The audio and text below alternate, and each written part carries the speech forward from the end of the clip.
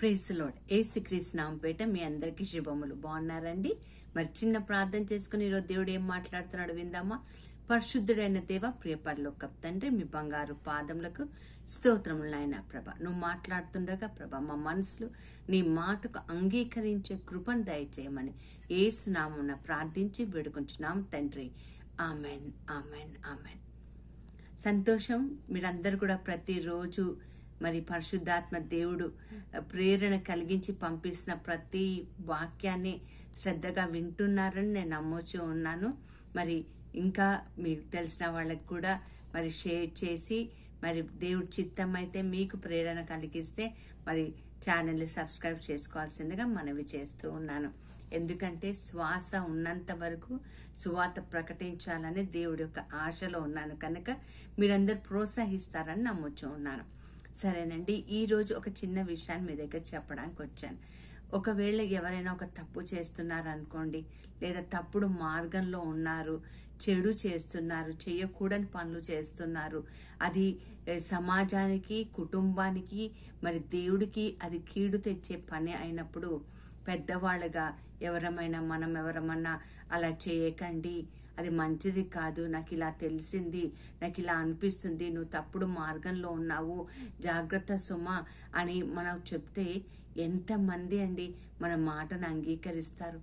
తప్పు చేసేవాళ్ళు తప్పులు సరి చేసుకోండి అయ్యా అంటే అసలు వాళ్ళ తప్పును ఎట్టి పరిస్థితిలో కూడా అంగీకరించని లోకంలో నువ్వు నేను జీవిస్తున్నాం కదండి. కానీ ఈరోజు దేవాది దేవుడు మనకి ఒక చిన్న మాట చెప్తున్నాడు.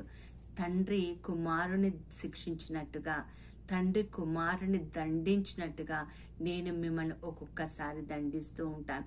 పాత నిబంధన గ్రంథంలో, ఓల్డ్ టెస్టిమెంట్లో మనం చూస్తామండి.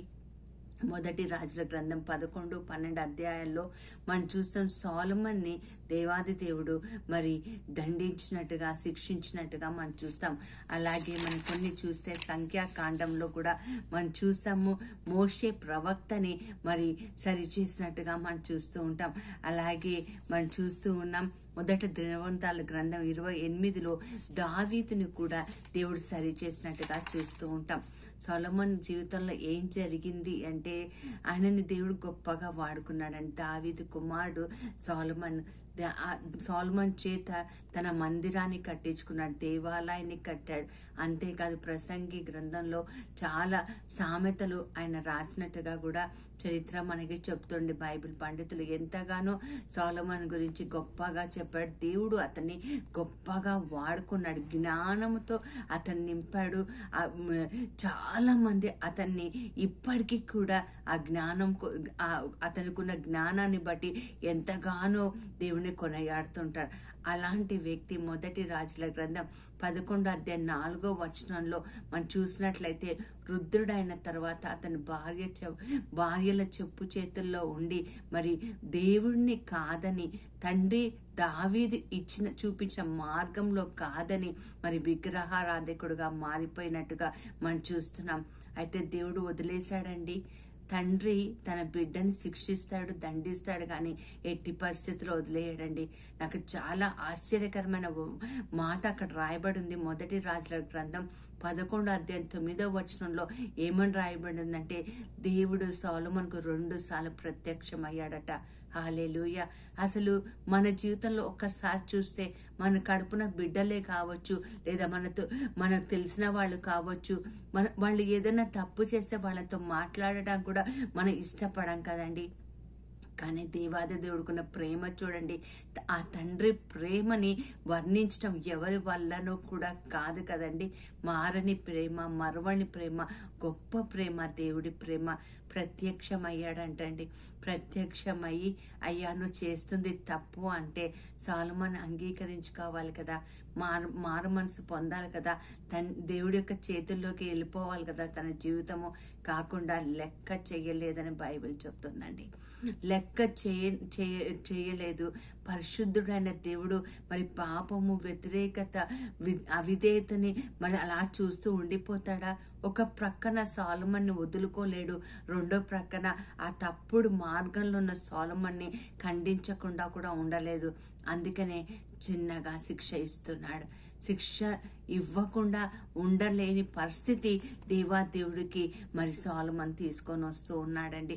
మరి చూస్తాం హెబ్రీ పత్రికలో మీకోసం కొన్ని మాటలు చదివి వినిపించాలని ఈరోజు పరిశుద్ధాత్మ దేవుడు నాకు ప్రేరణ కలిగించాడు. ప్రియులారా, దేవుడు ఒకవేళ మనల్ని మనుషుల ద్వారా కావచ్చు, పరిస్థితుల ద్వారా కావచ్చు, లేదా మరి ఏ ఇతరుల వల్ల కావచ్చు మనల్ని సరి చేస్తుంటే, మనల్ని దండిస్తుంటే మనం విసుక్కుంటున్నామేమో, మనం కోపగించుకుంటున్నామేమో, వేరే వేరే మార్గాలు చూసుకుంటున్నామేమో. పౌలు గారు హెబ్రీ పత్రికలో చక్కటి మాటలు రాస్తున్నాడు. మనం వినడానికి ప్రయత్నం చేద్దాం. 12వ అధ్యాయములో చూస్తున్నాను. ఆ 5వ వచనం నుండి మీకు చదివి వినిపించాలని ఇష్టపడుతున్నాను. ఇక్కడ చూడండి, నా కుమారుడా, ప్రభు చేయు శిక్షను తృణీకరించకము. ఒకవేళ దేవుడు నేను శిక్షిస్తే దాన్ని తృణీకరించవద్దని పౌలు గారు చెప్తున్నాడు. అంతేకాకుండా ఆయన నిన్ను గద్దించినప్పుడు నువ్వు విసుక్కోకవద్దు. గద్దించినప్పుడు వద్దు. ఎందుకంటే తండ్రి ఏది చేసినా అది నీకు మంచికే చేస్తాడని నేను తెలుసుకోవాలి. ఇక్కడ చూడండి, ప్రభు తాను ప్రేమించిన వారిని శిక్షించి తాను స్వీకరించి ప్రతి కుమారుని దండించిన. అంతే కదండి, ప్రేమించాడు కాబట్టే ఆయనను తలుచుకోలేదు. సరి చేసే నయానో భయానో ఏదో ఒక రూపంలో సరి చేసుకొని కుమారుడికి మంచిగా చేయాలని చూస్తూ ఉంటారు. నాకు తెలిసిన ఒక కుటుంబం ఉందండి. కొడుకు అలాగే అతను ఆ కొడుకు వాళ్ళ నాన్నగారు వాళ్ళ చెల్లెలి కొడుకును కూడా ఇంటికి తెచ్చుకొని ఉన్నాడండి. ఇంటికి తెచ్చుకొని ఇద్దరు కలిసి పిల్లలిద్దరు కూడా ఇంటర్మీడియట్ చదువుతూ ఉన్నారు. ఇంటర్మీడియట్ చదువుతున్న సమయంలో ఇద్దరు చదువుతూ ఉన్నారు. ఇద్దరు కూడా మరి ఇంటర్లో ఒక సబ్జెక్ట్లో ఫెయిల్ అయ్యారండి. ఒక సబ్జెక్ట్లో ఫెయిల్ అయినప్పుడు తండ్రి తన సొంత కొడుకుని బాగా చివాట్లు వేస్తున్నాడు. ఆ చెల్లెల కొడుకుని ఏం అనటం లేదు, ఒకసారి ఏదో అన్నాడు అంతేగాని పెద్ద కొడుకుని మాత్రము చాలా చివాట్లు వేస్తున్నాడు, చాలా పనిష్మెంట్ ఇచ్చేస్తున్నాడు, తిడుతూ ఉన్నాడు, సరి చేసుకోమంటున్నాడు. నీకు ఈ రోజు నుంచి నీకు ఐప్యాడ్ ఇవ్వను, నీకు సెల్ ఫోన్ ఇవ్వను, నీకు నాన్ వెజ్ పెట్టను అని రకరకాల పనిష్మెంట్లు చెప్తున్నాడు. టీవీ చూడ్డానికి వీలు లేదు అని చెప్తున్నాడండి. అది చూసిన పెద్ద కొడుకు వాళ్ళ నాన్నతోటి వాళ్ళ అమ్మతోటి అంటున్న మాట ఏంటంటే, నన్ను ఇంతగా తిడుతున్నాడు, వాళ్ళ చెల్లెల కొడుకు కూడా ఫెయిల్ అయ్యాడు కదా, మరి ఎందుకు తిట్టడం లేదు అని అంటే వాళ్ళ అమ్మ అన్న మాట ఏంటంటే, నువ్వు సొంత కొడుకువి, నిన్ను అమితంగా ప్రేమిస్తున్నాడు కాబట్టి అమితంగా ఎక్స్పెక్ట్ చేస్తున్నాడు.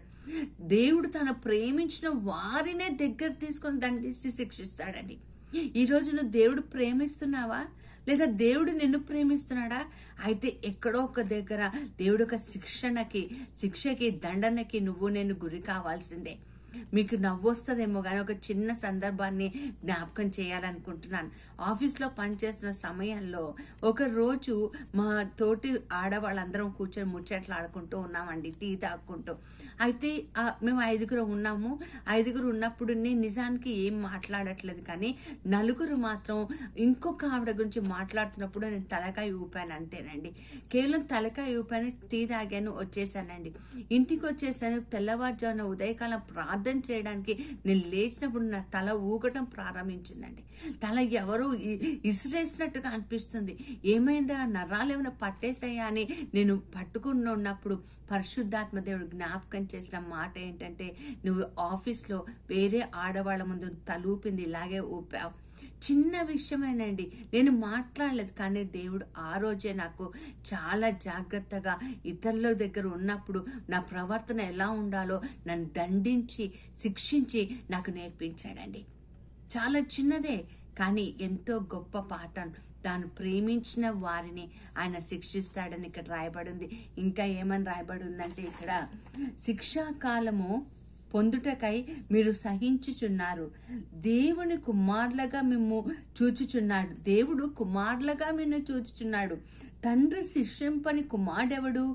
కుమారులందరూ శిక్షకు పాలు పంచుకుంటారు.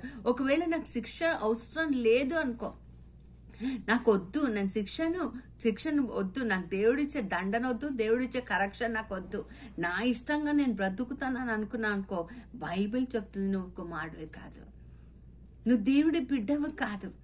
మరి ఈరోజు నేను ప్రార్థన చేసుకుందామా? ప్రభా, నువ్వు ఎలాంటి శిక్షణ వేసినా, ఇంకొకటి చెప్తున్నా చూడండి, ఆయన నిన్ను శిక్షిస్తాడు, దండిస్తాడు, కానీ ప్రేమించకుండా ఆపడు. ప్రేమించలేక ఉండలేడండి. ఎందుకంటే దేవుడు ప్రేమామయుడు. God is love. ఆయన ప్రేమామయుడు. ఆయన ప్రేమ ఎప్పుడు ఆగదు. నిన్న నేడు ఎల్లప్పుడూ ఏకరీతిగా ఉంటది. మనం దారి తప్పినప్పుడు మనం దారి తెచ్చుకోవడానికి ఆయన చిన్నపాటి ఈ శిక్షణ మనకి వేస్తాడు, కానీ శిక్ష మనకి వేస్తాడు, దండన మనకి వేస్తాడు, కానీ చిన్న పనిష్మెంట్ మనకి ఇస్తాడు. కానీ అందుకనే ఒక దగ్గర వాక్యం, విలాప వాక్యంలో ఉంటది కదా, for a brief moment I have left you, but with great compassion I gathered you. కొద్ది నిమిషాలే నేను నిన్ను దూరమయ్యా, కానీ అపారమైన వాత్సల్యముతో నేను నీ దగ్గర తీసుకున్నాను. అదండి దేవుడి ప్రేమ. ఈరోజు ఈ మధ్య కాలంలో ఒకవేళ దేవుడి యొక్క దండనకి, శిక్షకి గురి అవుతున్నావో సంతోషించు. దేవుడు నిన్ను ప్రేమిస్తున్నాడు కనుక, నీలో నుండి పరిశుద్ధతను కోరుకుంటున్నాడు కనుక, నీలో పవిత్రత కోరుకుంటున్నాడు కనుక, నీలో పర్ఫెక్షన్ని కోరుకుంటున్నాడు కనుక నిన్ను సరి చేస్తూ ఉంటాడు. సరిచేసి మరి దీవిస్తూ ఉంటాడు. మరి దేవుడి చిత్తానికి మన జీవితం లోపడదామా? చిన్న ప్రార్థన చేసుకుందాం.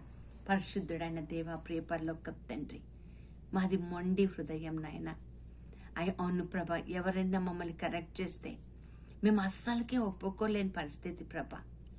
ఈరోజు తండ్రి, నువ్వు మమ్మల్ని సరిదిద్ది, మమ్మల్ని శిక్షించి, మమ్మల్ని దండించి, నీ బిడ్డలుగా మమ్మల్ని ఈ లోకంలో ఉంచడానికి అయ్యా నువ్వు చూపించిన ప్రేమ, వాత్సల్యాన్ని బట్టి నీకు వందనాలు ప్రభా. ముందుగా నన్ను ప్రేమిస్తున్నందుకు నీకు వందనాలు. నీ దండనకు శిరవంచి విధేయించి దాన్ని సరి చేసుకునే కృపను మాకు దయచేయమని యేసు నామమున ప్రార్థించి వేడుకొంచున్నాము తండ్రి. Amen, amen, amen. God bless you all.